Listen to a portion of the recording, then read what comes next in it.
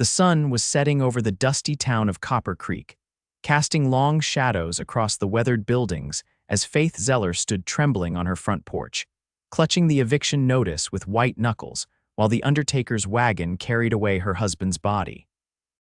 Faith had known Henry was in debt, but she hadn't realized how deeply until Sheriff Mills and Mayor Prescott appeared at her door just hours after the funeral. Their faces had been solemn but unmoved as they informed her that Henry owed nearly every business in town. The general store, the saloon, the livery, even the church Henry had borrowed from them all, and now the town wanted payment. "You have 1 week to vacate the property, Mrs. Zeller," Mayor Prescott had said, avoiding her eyes. "The bank will be taking possession to cover some of what's owed." "But where am I supposed to go?" Faith had asked, her voice barely above a whisper. "I have nothing." "That's not the town's concern," Sheriff Mills had replied, touching the brim of his hat before turning away. "Should have thought about that before your husband ran up debts he couldn't pay." Now, as twilight descended over the small ranch that had been her home for the past 3 years, Faith let the tears she'd been holding back fall freely. At 26, she was a widow with no family, no money, and soon no home. Henry had been a dreamer, always chasing the next big opportunity, a larger herd, better breeding stock, a silver claim in the hills, but none had panned out. Now she was left with nothing but his promises and debts. A horse's whinny from the road caught her attention. Through her tears, Faith saw a lone rider approaching. The man sat tall in his saddle, silhouetted against the darkening sky. She quickly wiped away her tears, not wanting a stranger to see her moment of weakness. The rider slowed as he neared the house, and Faith could make out more details. He wore a dark hat pulled low over his face, a dusty duster, and had the lean, hard look of a man who'd spent years in the saddle. The stranger dismounted with easy grace, and as he removed his hat, Faith found herself looking into the most piercing blue eyes she'd ever seen. "Evening, madam," he said, his voice deep and rough like gravel. "Name's Holt Irving. I was a friend of Henry's." Faith stiffened. "If you're here to collect what Henry owed you, I'm afraid you'll have to get in line." A ghost of a smile touched the man's weathered face. "I'm not here for money, Mrs. Zeller. Henry and I rode together some years back. I was passing through and heard about his passing." He paused, studying her face. "Heard some other things, too." Faith's fingers tightened around the notice in her hand, such as, "that the vultures are circling." He nodded toward the paper. "That what I think it is. The town's taking the ranch. Apparently, Henry borrowed from everyone. I have a week to leave." The words came out bitter and sharp. Holt Irving frowned, his eyes darkening. "May I?" he gestured to the notice. Faith handed it to him, watching as he read it carefully in the fading light.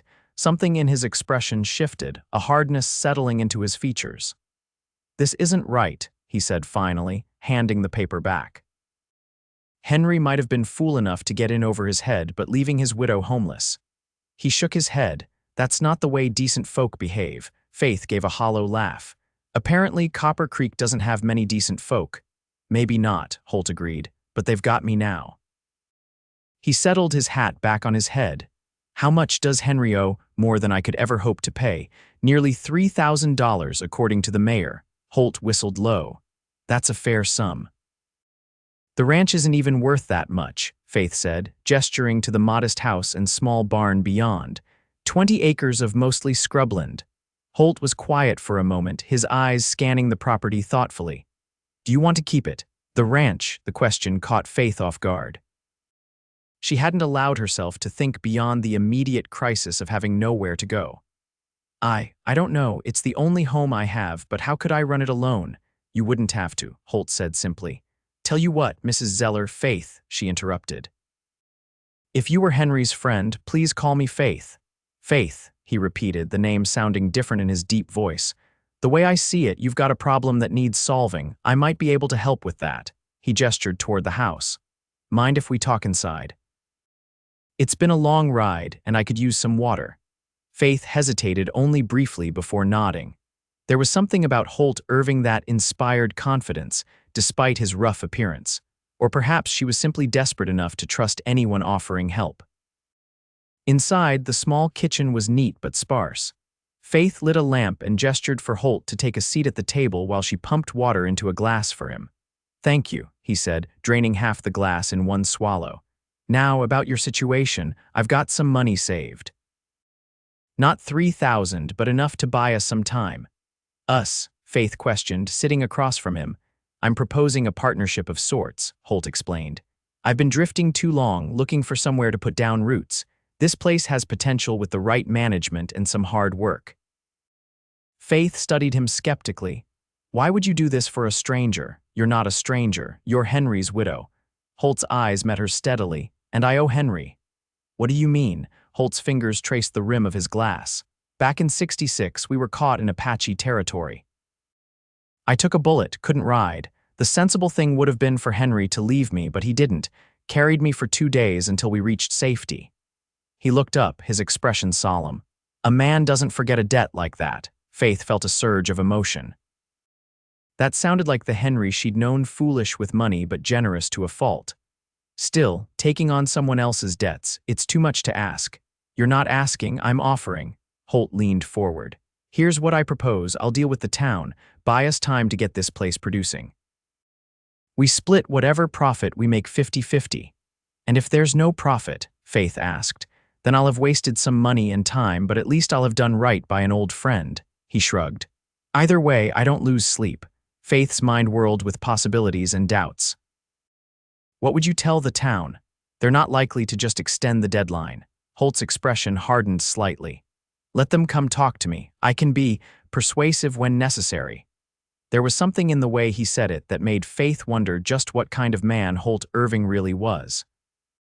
But desperation has a way of silencing doubts. "I don't have much choice, do I?" she said finally. "Everyone has choices," Holt replied. "This is just one that might work out better than the alternatives." Faith took a deep breath. "All right, Mr. Irving, Holt. All right, Holt. We have a deal." He extended his hand across the table, and Faith hesitated only briefly before taking it. His palm was calloused and warm against hers, his grip firm but not crushing. Something about that handshake felt like more than just a business arrangement, it felt like a lifeline. "Where will you stay?" she asked, suddenly aware of the impropriety of having a single man on her property.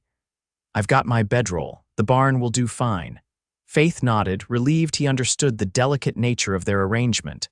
"I'll bring you some blankets. The nights get cold this time of year."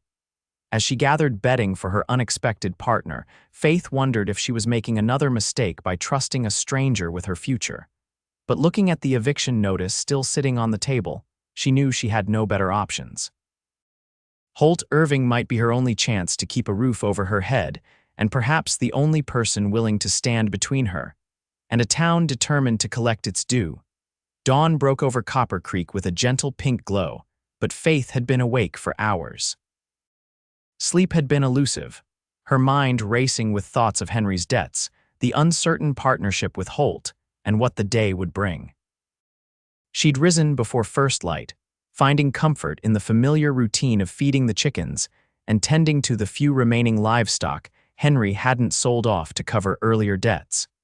She was surprised to find Holt already up, splitting firewood outside the barn with practiced efficiency. He'd removed his coat in the cool morning air, and the muscles in his back and shoulders flexed beneath his shirt with each swing of the axe. Faith watched for a moment, struck by the contrast between Holt's capable strength and Henry's more scholarly build. "Morning," Holt called, embedding the axe in the chopping block and turning toward her. "Hope I didn't wake you with the noise." "I was already up," Faith replied, suddenly self-conscious in her worn dress and hastily pinned hair. "I was going to make breakfast if you'd like some." "That'd be welcome," Holt said, wiping his brow with his sleeve. "Then I thought I'd ride into town, have a word with your creditors." Faith felt a knot form in her stomach. "Perhaps I should come with you." Holt shook his head. "Better if I go alone first." Sometimes men are more reasonable when there's not a lady present to mind their manners around. The implication was clear. Holt planned to use methods Faith might not approve of. She frowned, wondering again what kind of man she'd invited into her life. "I won't have you threatening people on my behalf," she said firmly. A faint smile crossed Holt's face. "Nothing like that, just a frank discussion between men. He picked up an armload of the split wood. "I'll bring this in for your stove." Over a simple breakfast of cornmeal mush and coffee, they discussed the ranch's situation more thoroughly. Henry had kept poor records, but Faith knew the basics: 20 acres of land, 14 head of cattle, 2 workhorses, a few chickens, and a small vegetable garden that provided most of her food. "It's not much," she admitted, "but the soil is good near the creek and there's plenty of grazing land." "How'd Henry get so deep in debt with decent land like this?" Holt asked, his blue eyes shrewd. Faith sighed. "He was always chasing the next opportunity. Borrowed to buy breeding stock that died in a drought, then borrowed again to invest in a silver mine that turned out worthless. Each failure led to another loan." She looked down at her coffee. "I tried to tell him we needed to live within our means, but Henry always believed the next big success was just around the corner." Holt nodded, understanding in his expression. "Known many men like that, good men, but dreamers.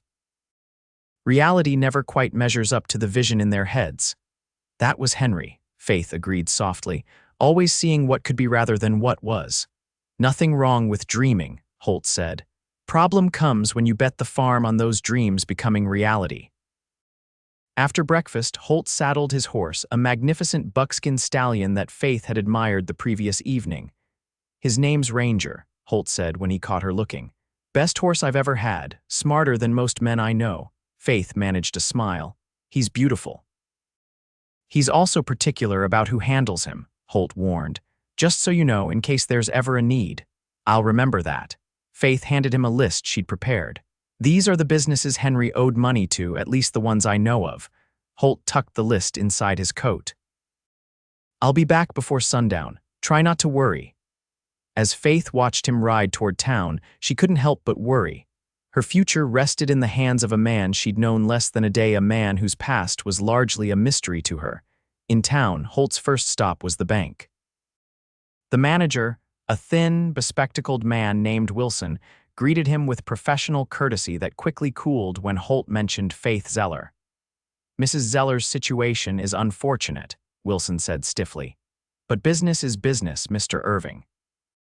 The bank has already been more than generous in extending deadlines." "I'm not here to dispute the debt," Holt replied, leaning casually against the counter. "I'm here to negotiate terms." Wilson's eyebrows rose. "And you are authorized to speak for Mrs. Zeller because we've entered into a partnership. I'll be managing the ranch, getting it back on its feet." "I see." Wilson's tone suggested he saw all too clearly.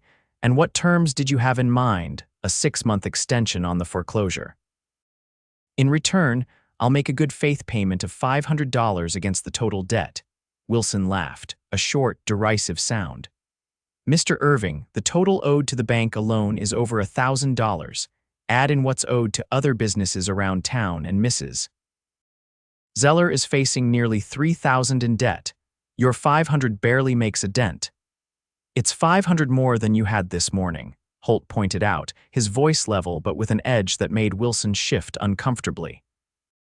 "And 6 months from now, you'll either have the full amount or a productive ranch to sell worth more than the run-down property you'd get today." "And if I refuse?" Holt smiled thinly. "Then I take my $500 elsewhere, maybe buy up some of the smaller debts around town. Become a creditor myself." He leaned closer. "I hear the feed store is owed nearly $200. The owner's having a tough time since that fire last winter. Bet he'd take cash on the spot." Wilson's face tightened as he calculated the implications. If Holt started buying up debts, he could potentially gain enough leverage to cause problems for the bank. "The bank requires at least half the outstanding balance to consider an extension," Wilson said finally. $500 now, another $500 in 3 months, Holt countered. "With interest, at a fair rate." They haggled for another 20 minutes before reaching an agreement. $500 now, $500 plus 5% interest in 3 months, and the remaining balance in 6 months. In return, the bank would hold off on foreclosure proceedings. "I'll need the mayor's approval," Wilson warned as they shook hands. "Then get it," Holt replied pleasantly. "I'll be visiting the other creditors today. By tomorrow, everyone in town will know I'm serious," and they did. By mid-afternoon, Holt had visited every business on Faith's list, plus several she hadn't known about. At each stop, he made the same basic offer, partial payment now, the balance in 6 months with his personal guarantee. Some agreed readily, eager for any payment. Others, like the general store owner, were more reluctant. "Why should I trust you'll make good?" the storekeeper demanded. "I trusted Henry Zeller, and look where that got me." "Because unlike Henry, I don't make promises I can't keep," Holt answered. "And because if I fail, you can still go after the property. You're not losing anything by waiting." By the time Holt reached the saloon, his last stop word had spread through town about the stranger settling Henry Zeller's debts. The establishment fell quiet as he pushed through the batwing doors, all eyes turning to assess the newcomer. Mayor Prescott sat at a corner table with Sheriff Mills, and 2 other men Holt recognized from earlier visits, the blacksmith and the livery owner. Holt nodded in their direction before approaching the bar. "Whiskey," he told the bartender, placing a coin on the scarred wood. The barkeep, a burly man with an impressive mustache, served him silently, eyes wary. Holt took his time, sipping the whiskey and waiting. It didn't take long before Mayor Prescott approached, flanked by the sheriff. "Hear you've been making quite a stir today, stranger," the mayor said, his tone falsely jovial. "I'm Mayor Prescott. This is Sheriff Mills, Holt Irving." He didn't offer his hand. "Mr. Irving, I understand you've been making arrangements regarding Henry Zeller's debts." "That's right." Without consulting the town council. Holt raised an eyebrow. Didn't realize personal debts required town approval. Sheriff Mills stepped closer, his hand resting casually near his holster. "What's your interest in the Zeller woman, Irving? Far as anyone knows, you rode in yesterday." Something cold flickered in Holt's eyes. "My interest is my business, Sheriff." "But if you're asking if I'm trying to cheat anyone, the answer is no. I'm offering fair terms to settle legitimate debts." "The town voted to sell that property," Mayor Prescott insisted. "The money would be distributed among the creditors." "And how much would each get? Pennies on the dollar." Holt shook his head. "My way, everyone gets paid in full." "If you deliver," the sheriff said skeptically. "When I deliver," Holt corrected. He finished his whiskey and set the glass down with deliberate care. "Gentlemen, this can go one of 2 ways. Either you accept the arrangements I've made today, or you force a legal battle that will drag on long enough for me to make the Zeller Ranch profitable again." He smiled thinly. "Your choice." The mayor and sheriff exchanged glances. Finally, Prescott nodded stiffly. 6 months, Mr. Irving." "Not a day more. Appreciate your cooperation." Holt touched his hat brim and moved to leave. "One more thing," Sheriff Mills called after him. "We'll be watching you. Any trouble, and partnership or not, the widow Zeller will find herself without a protector." Holt paused, turning slowly. The look in his eyes made the sheriff take an involuntary step back. "Let me be clear," Holt said softly. "Mrs. Zeller is under my protection now. Anyone who threatens her well-being will answer to me." The threat hung in the air for a moment before Holt continued through the doors and into the late afternoon sunlight. Faith was waiting anxiously on the porch when Holt returned. The sun was setting, casting long shadows across the yard, and she'd been watching the road for over an hour. "Well?" she asked as he dismounted. "We've got 6 months, Holt replied, removing his hat. "I visited every creditor on your list, plus a few more that came to light. Most agreed to my terms." Faith's legs nearly gave out with relief. 6 months, she repeated. That gives us time." "It does." Holt led his horse toward the barn.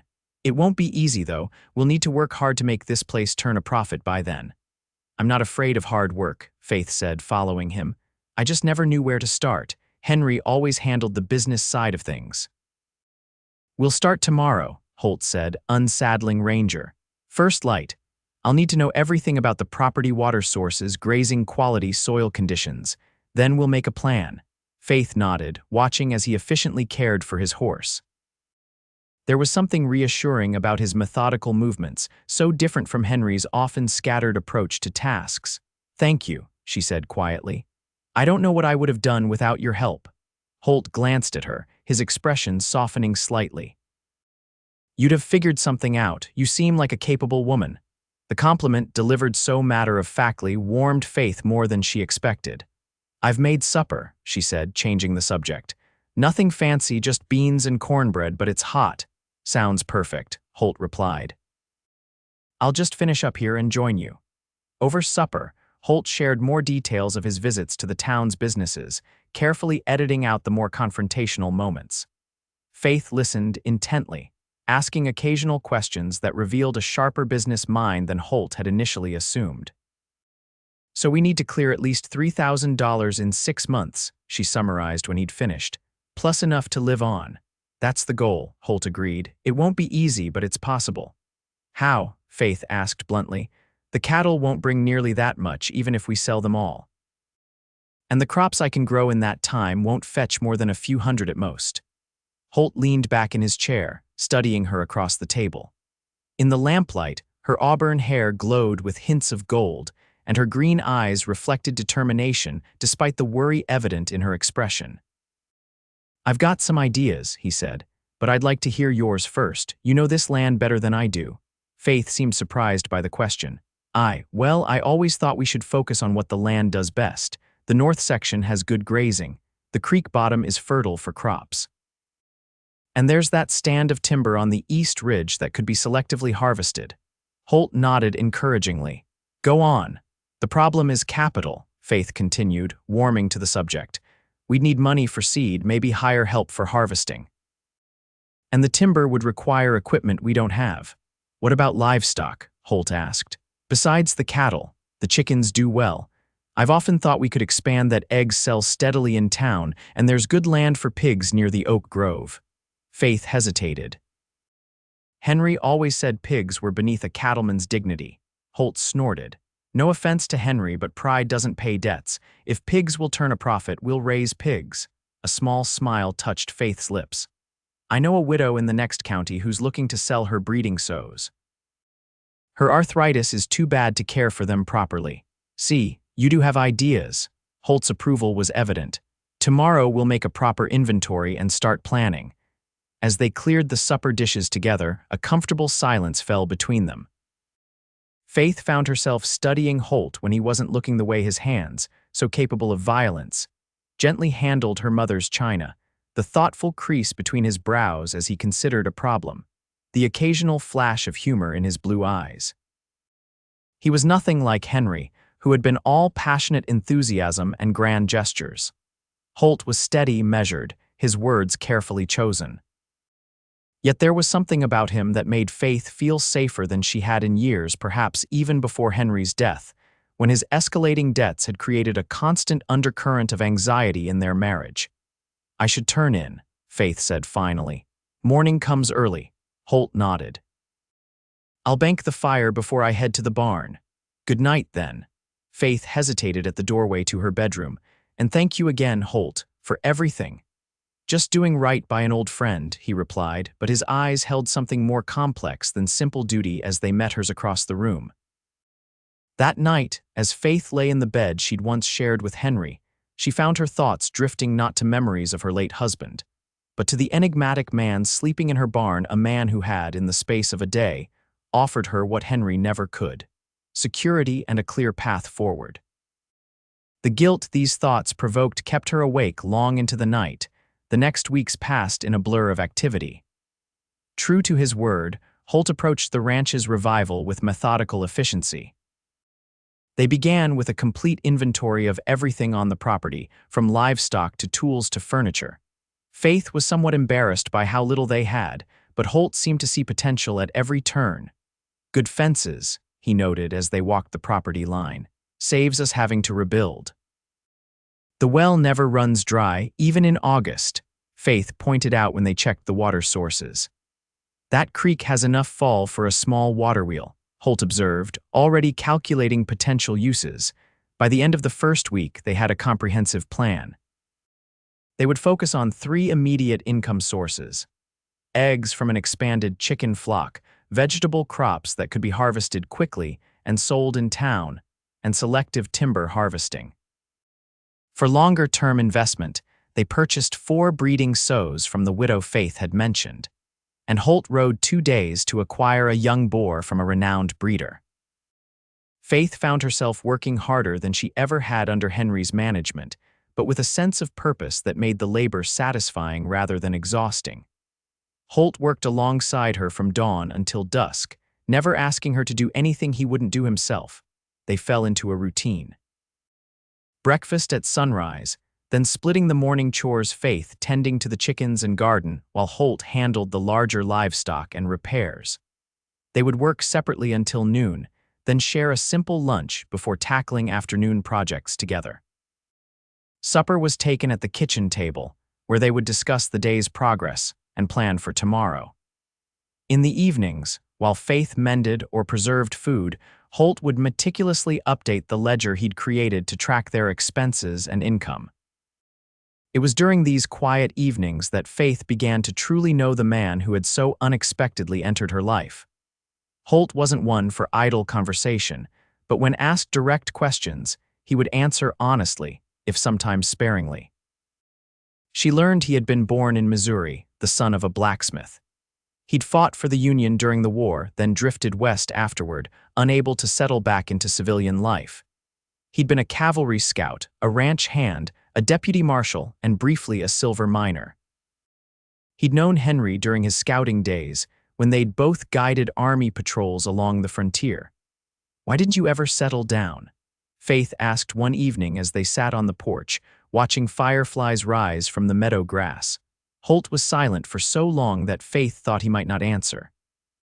Finally, he said, "Never found a reason compelling enough to stop moving." And now, he glanced at her, his expression unreadable in the gathering darkness. "Now I have a debt to pay." Faith nodded, trying to ignore the small sting his words caused. Of course, that was why he was here, obligation to Henry, not any particular interest in the ranch or in her.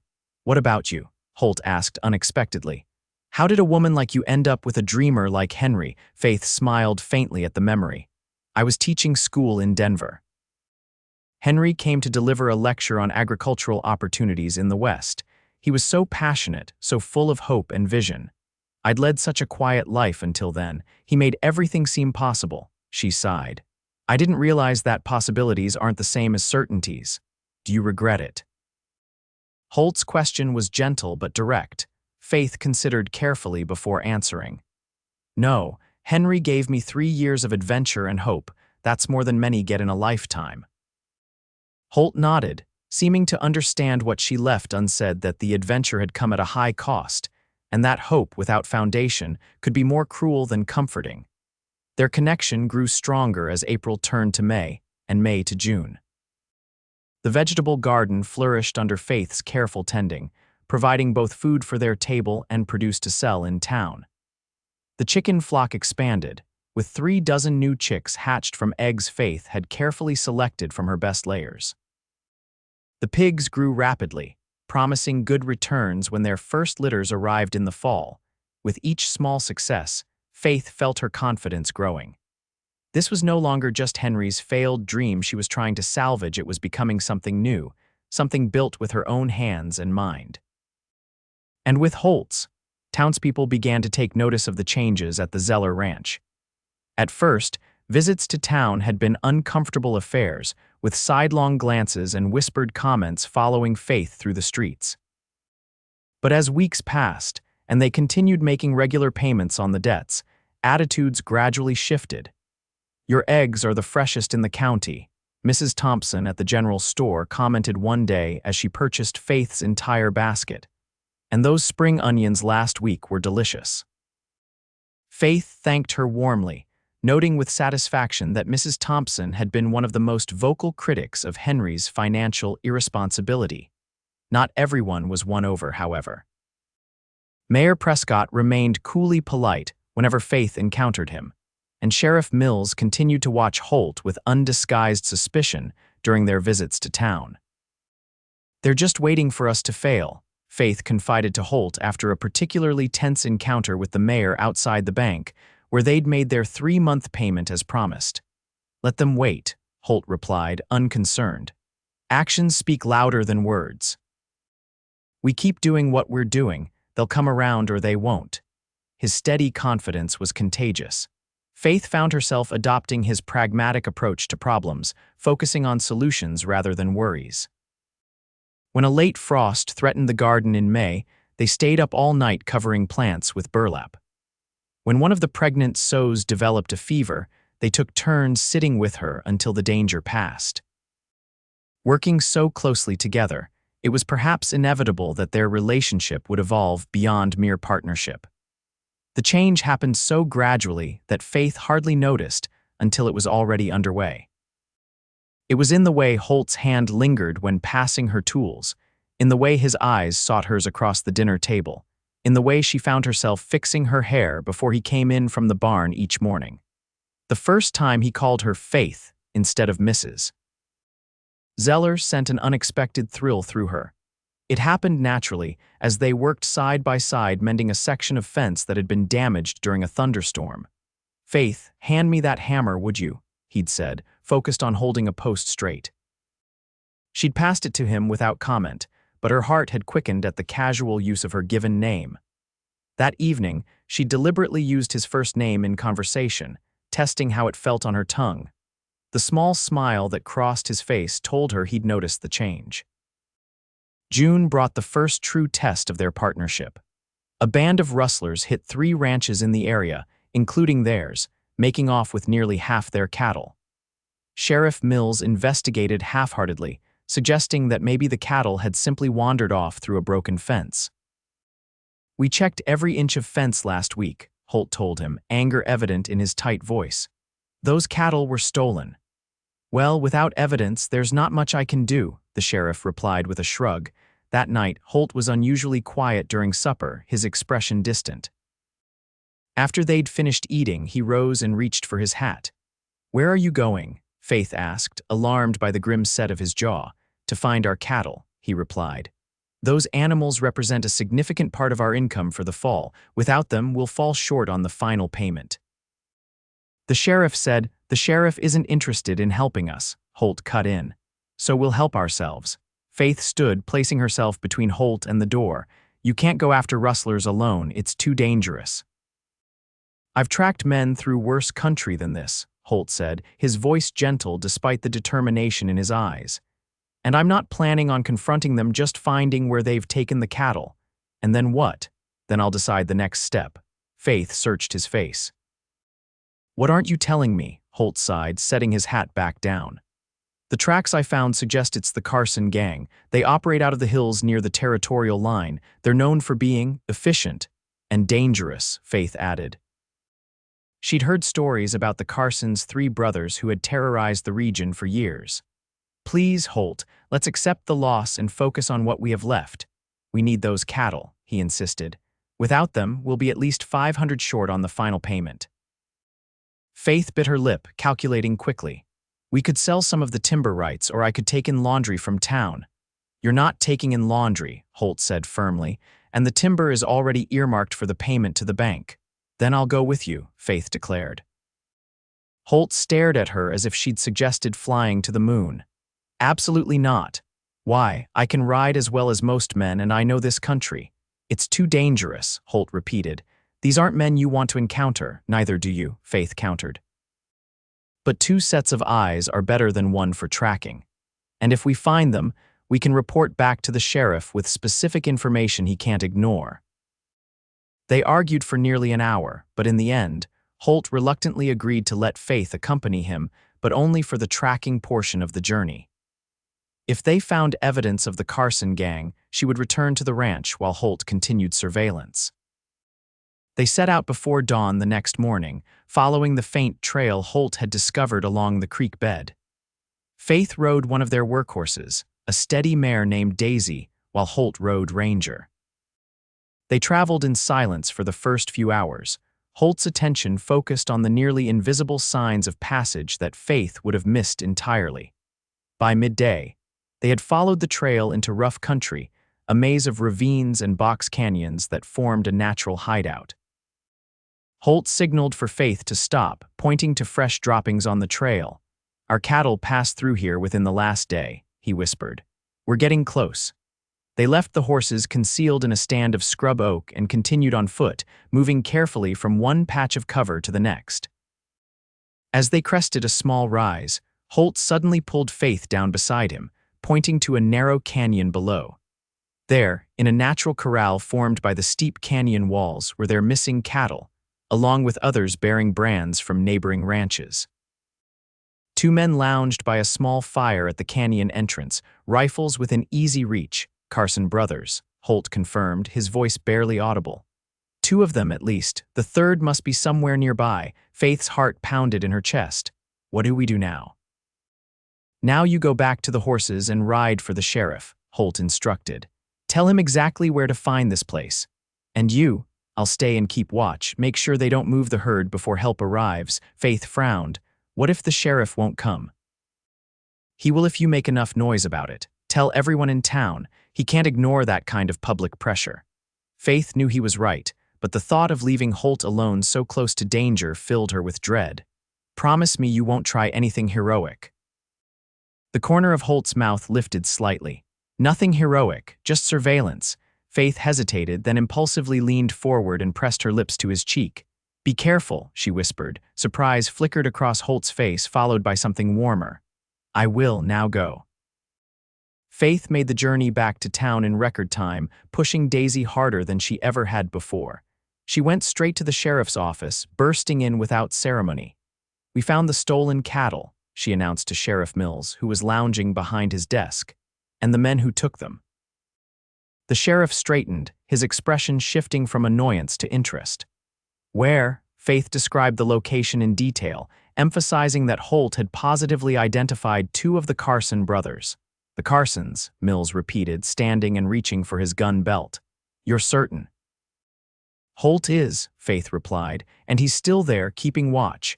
Something like respect flickered in the sheriff's eyes. That man of yours has grit, I'll give him that. He buckled on his gun belt and reached for his hat. I'll gather a posse, be ready to ride in 20 minutes. True to his word, Sheriff Mills assembled 6 men, including the mayor's son and the blacksmith, both skilled with firearms. Faith insisted on accompanying them back to the hideout, ignoring the sheriff's objections. My partner is out there, and it's my cattle they stole, she said firmly. I'm coming. They approached the canyon cautiously as dusk fell, using the growing shadows for cover. Faith's heart nearly stopped when there was no sign of Holt at the meeting place they'd established. Maybe he moved to a better vantage point, Sheriff Mills suggested, but his tone held doubt. The posse split up, surrounding the canyon entrance. As they prepared to move in, a shot rang out from the rocks above, followed quickly by 2 more. The men by the campfire scrambled for their weapons, firing wildly into the gathering darkness. It's an ambush. Someone in the posse shouted, and chaos erupted as bullets flew in all directions. Faith took cover behind a boulder, her mind racing with fear for Holt's safety. Had he been the one firing from above? Or had the third Carson brother discovered him? The gunfight was brief but intense. When it ended, one of the Carson brothers lay dead by the campfire, another was wounded and in custody, and the third had escaped into the hills. The posse had suffered only minor injuries, a graze to the blacksmith's arm and a bullet through the mayor's son's hat. But there was still no sign of Holt. Spread out and search, Sheriff Mills ordered. Irving has to be around here somewhere. They found him in a narrow crevice above the canyon, unconscious but alive. Blood matted his hair where a bullet had grazed his scalp, and his left arm hung at an odd angle, clearly broken. Holt, Faith whispered, kneeling beside him and touching his face with trembling fingers. Can you hear me? His eyelids fluttered, then opened slowly. Faith. He murmured, confusion evident in his gaze. You shouldn't be here. Neither should you, she replied, tears of relief blurring her vision. You promised no heroics. A ghost of a smile touched his lips. They spotted me, didn't give me much choice. The sheriff knelt on Holt's other side, examining his injuries. Bullet just grazed you. You're lucky, Irving. That arm looks bad, though. With careful maneuvering, they managed to get Holt down from his hiding place and onto his horse. The journey back to the ranch was slow and painful, with Faith riding close beside Holt, ready to catch him if he started to fall. Dr. Peterson was waiting when they arrived, summoned by one of the posse members who had ridden ahead. He set Holt's arm, stitched the wound on his head, and prescribed strict rest. No work for at least 2 weeks, the doctor instructed.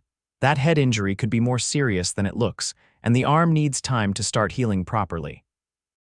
After the doctor left, Faith helped Holt into the house and insisted he take her bed. I can sleep in the barn, he protested weakly. You will not, Faith replied firmly.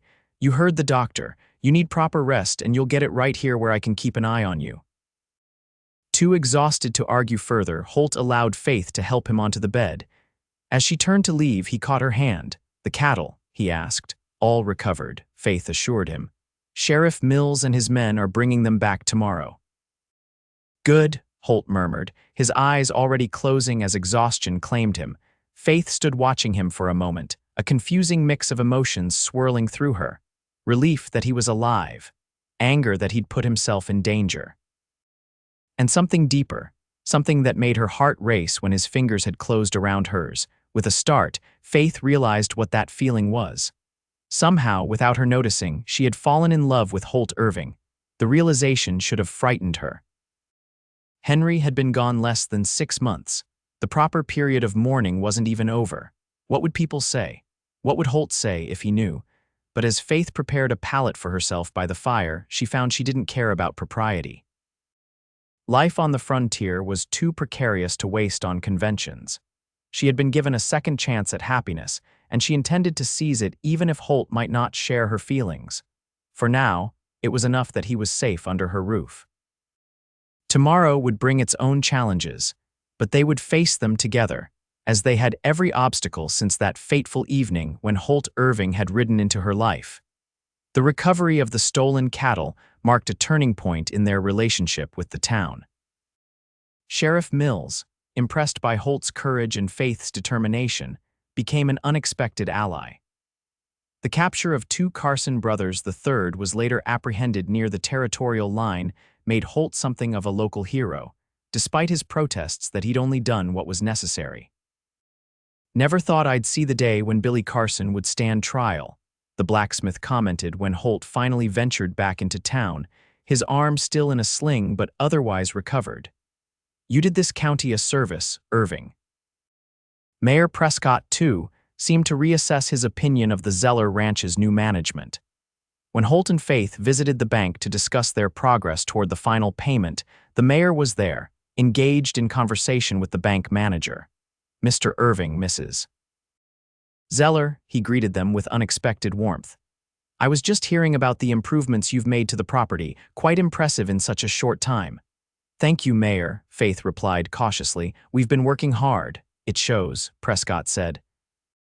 In fact, I wonder if you might consider expanding your operation. The Donaldson property adjacent to yours is coming up for sale. Might be a good investment for someone with your initiative. Holt and Faith exchanged glances, both recognizing the offer for what it was, an acceptance into the town's business community. 6 months ago, Faith had been a widow facing homelessness. Now she was being treated as a respected rancher with potential for growth. We'll consider it, Holt said diplomatically. Once our current obligations are met. As July turned to August, the ranch continued to flourish despite Holt's temporary limitations. Faith took on more of the physical labor, surprising herself with her strength and endurance. Holt, confined to lighter duties while his arm healed, focused on planning and record-keeping, revealing a shrewd business mind that complemented Faith's practical knowledge of the land. Their chicken business expanded rapidly, with Faith negotiating a contract to supply eggs to not only the general store but also the hotel in the next town. The vegetable garden yielded a bountiful summer harvest, much of which Faith preserved for winter or sold fresh at premium prices. Most promising of all, the first litter of piglets arrived in early August, 12 healthy youngsters that would fetch top dollar when ready for market. The timber harvest, too, had gone well, with 3 Eastern buyers competing for the rights, driving the price higher than they'd initially calculated. We're going to make it, Faith realized one evening as they reviewed the ledger. If everything continues as planned, we'll have enough for the final payment with some to spare. Holt nodded, satisfaction evident in his expression. You should be proud, Faith. Most of this is your doing. Our doing, she corrected. I couldn't have done it without you. Their eyes met across the table, and the air between them seemed to thicken with unspoken emotions.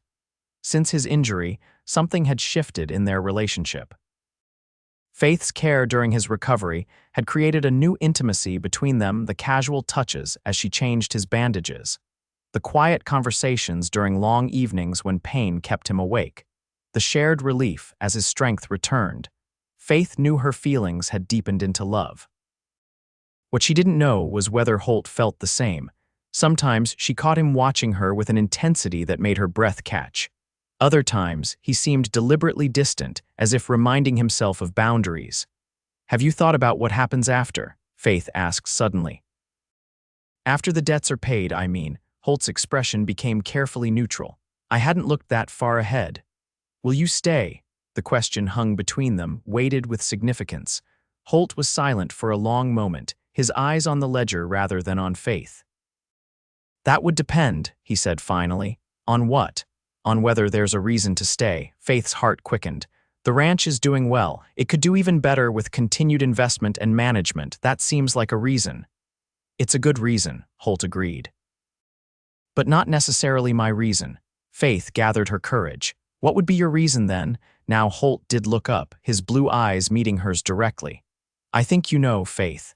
The air between them vibrated with tension. Faith stood slowly, moving around the table until she stood beside Holt's chair. Without a word, she reached out and touched his face, her fingers tracing the line of his jaw. Holt remained perfectly still, watching her with an intensity that both frightened and thrilled her. Then, with a deliberateness that made her heart race, he took her hand and pressed a kiss to her palm. "I didn't come here looking for this," he said softly. "Neither did I," Faith replied. "But here we are, you're still in mourning." "I mourned Henry long before he died," Faith admitted. "When I realized his dreams would always matter more than our reality." Holt stood, bringing them face to face. He was close enough that Faith could feel the warmth of his body, see the faint scar at his temple where the bullet had grazed him. "I'm not a dreamer like Henry," he warned. "I see the world as it is, not as I wish it could be." "Good," Faith whispered. "I've had enough dreams, I want something real." The kiss, when it finally came, was gentle at first, a question more than a demand. Faith answered by sliding her arms around Holt's neck, drawing him closer. The kiss deepened, becoming something neither of them had expected when they'd entered into their pragmatic partnership. When they finally broke apart, Holt rested his forehead against hers. "This complicates things," he murmured. Faith smiled. "I'd say it simplifies them, actually." As summer waned into early autumn, their relationship evolved alongside their business partnership. They maintained propriety in public. Holt continued to sleep in the barn when they weren't in town, and they were careful to present themselves as business partners during their dealings in Copper Creek. But in private moments, they allowed themselves to explore the deepening connection between them. For Faith, it was like rediscovering parts of herself that had been dormant during her marriage to Henry.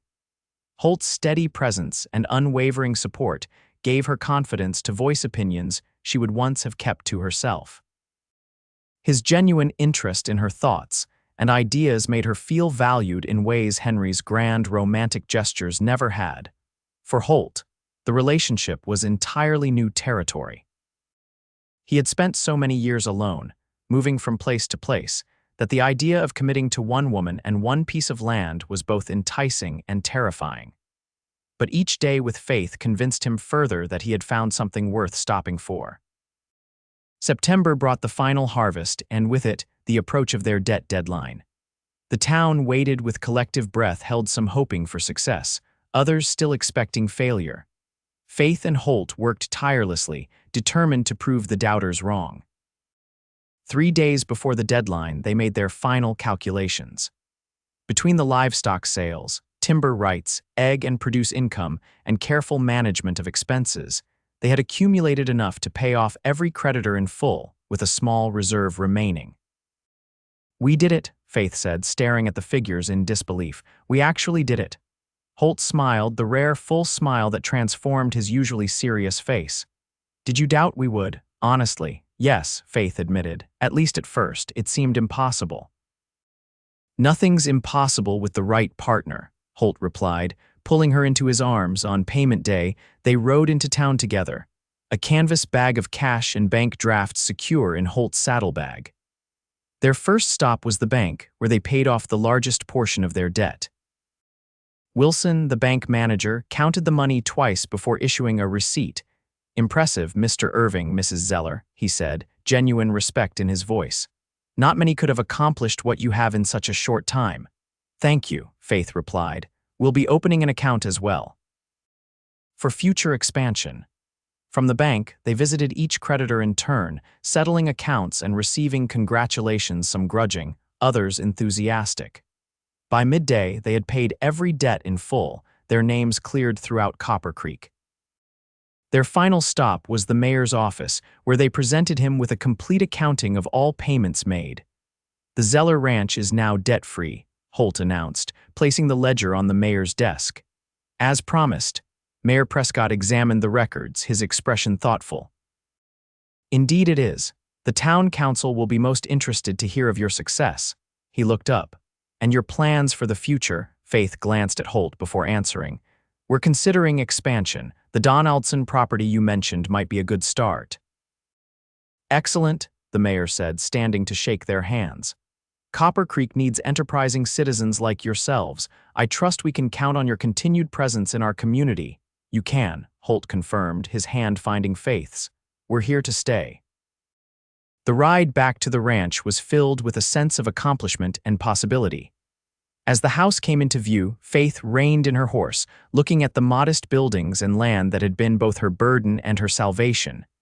"It doesn't look like much," she said, "but it's ours now." "Truly ours." "Yes, it is," Holt agreed, drawing Ranger alongside her mare. "But there's one more matter to settle." Faith looked at him questioningly. "What's that?" Holt reached into his pocket and withdrew a small object. "This," he said, opening his palm to reveal a simple gold ring. "If you'll have it, and me," Faith's breath caught. "Holt." "I'm not Henry," he said quietly. "I can't offer grand visions or romantic speeches, but I can offer you this, my word that I'll stand beside you through whatever comes, good or bad, that I'll never promise more than I can deliver. That I'll consider your happiness as important as my own." He paused. "That I love you, Faith Zeller." Tears blurred Faith's vision as she looked at the man who had come into her life when she needed him most, not as a rescuer, but as a partner. A man who had helped her discover her own strength while offering his own in support. "Yes," she whispered. "Yes, I'll have the ring, and you." Holt's smile was like the sun breaking through clouds. He slipped the ring onto her finger, then leaned across the space between their horses to seal the promise with a kiss. 6 months later, the Zeller Irving Ranch, as it was now known throughout the county, hosted a gathering to celebrate both their wedding and the expansion of their operation.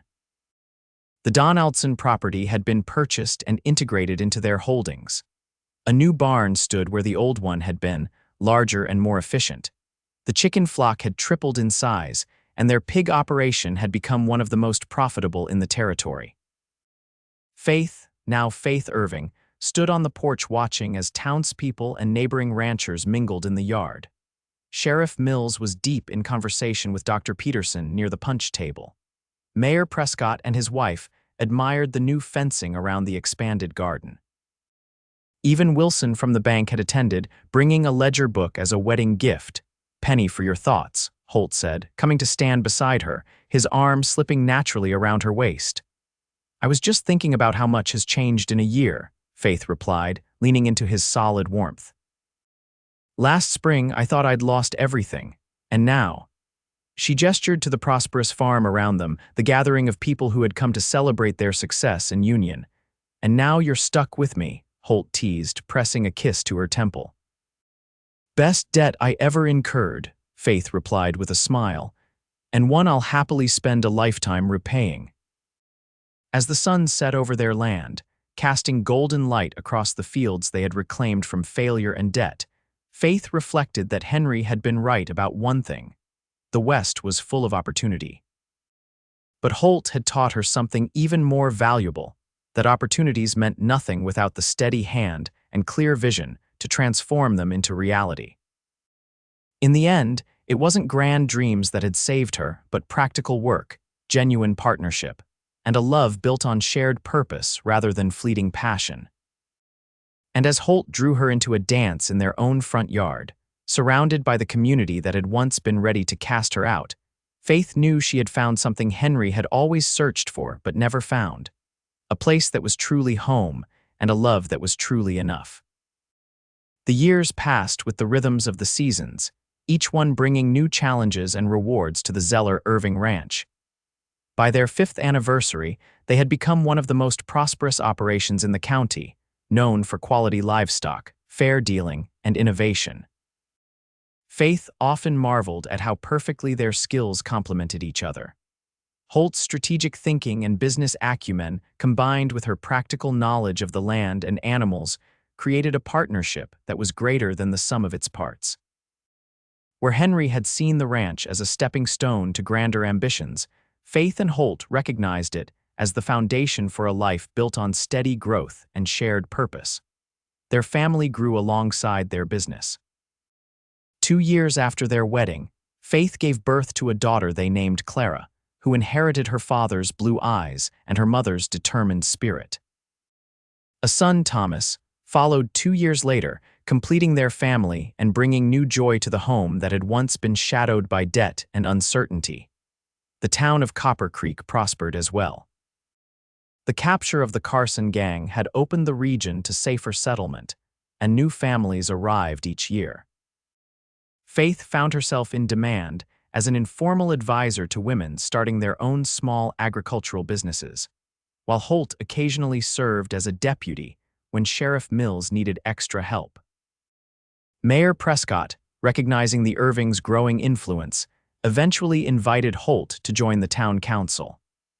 After some consideration, he accepted, bringing his practical perspective to local governance. Faith, meanwhile, helped establish the town's first proper school, ensuring that children like Clara and Thomas would have educational opportunities she herself had valued so highly. On the 10th anniversary of Henry's death, which coincided almost exactly with Holt's arrival at the ranch, Faith visited the small cemetery on the hill overlooking their property. She placed wildflowers on Henry's grave, taking a moment to reflect on the journey that had brought her to this point. "You would hardly recognize the place now," she said softly to the weathered headstone. "We have 50 head of cattle, 100 acres under cultivation, and the best breeding pigs in the territory. Not the cattle empire you dreamed of, perhaps, but solid and real." The wind rustled through the grass, carrying the sounds of the thriving ranch below children's laughter as Clara and Thomas played in the yard. The rhythmic pounding of the new irrigation pump Holt had designed, the clucking of hundreds of chickens in the expanded coop. "I forgave you long ago for the debts," Faith continued, "and I'm grateful in a way. If not for your dreaming, I would never have left Denver, would never have known this life, would never have met Holt." She touched the simple gold band that still circled her finger, now accompanied by a wedding ring. "So thank you for that, at least." As she stood to leave, Faith noticed Holt walking up the hill, leading their 2 children by the hand. He stopped a respectful distance away, giving her the private moment she needed. The sight of him still lean and strong after all these years, his dark hair now touched with silver at the temples, filled her with the same warmth it always had. "Are you ready?" he called. Faith nodded, taking one last look at the grave before walking toward her family, her present and future, built from the ashes of a past that had nearly consumed her. Each step carried her further from what had been and closer to what was a life richer and more fulfilling than any she could have imagined when she stood trembling on her porch that evening, facing eviction and despair. As she reached them, Holt released the children's hands so he could wrap an arm around her shoulders. Together, they walked back down the hill toward the home they had built, not just the physical structures, but the bonds of partnership, respect, and love that had transformed a failing ranch into the center of a life well lived. "Let's go home," Faith said, and they did, to the place where a cowboy's promise had once changed everything, and where their shared vision continued to unfold with each passing day.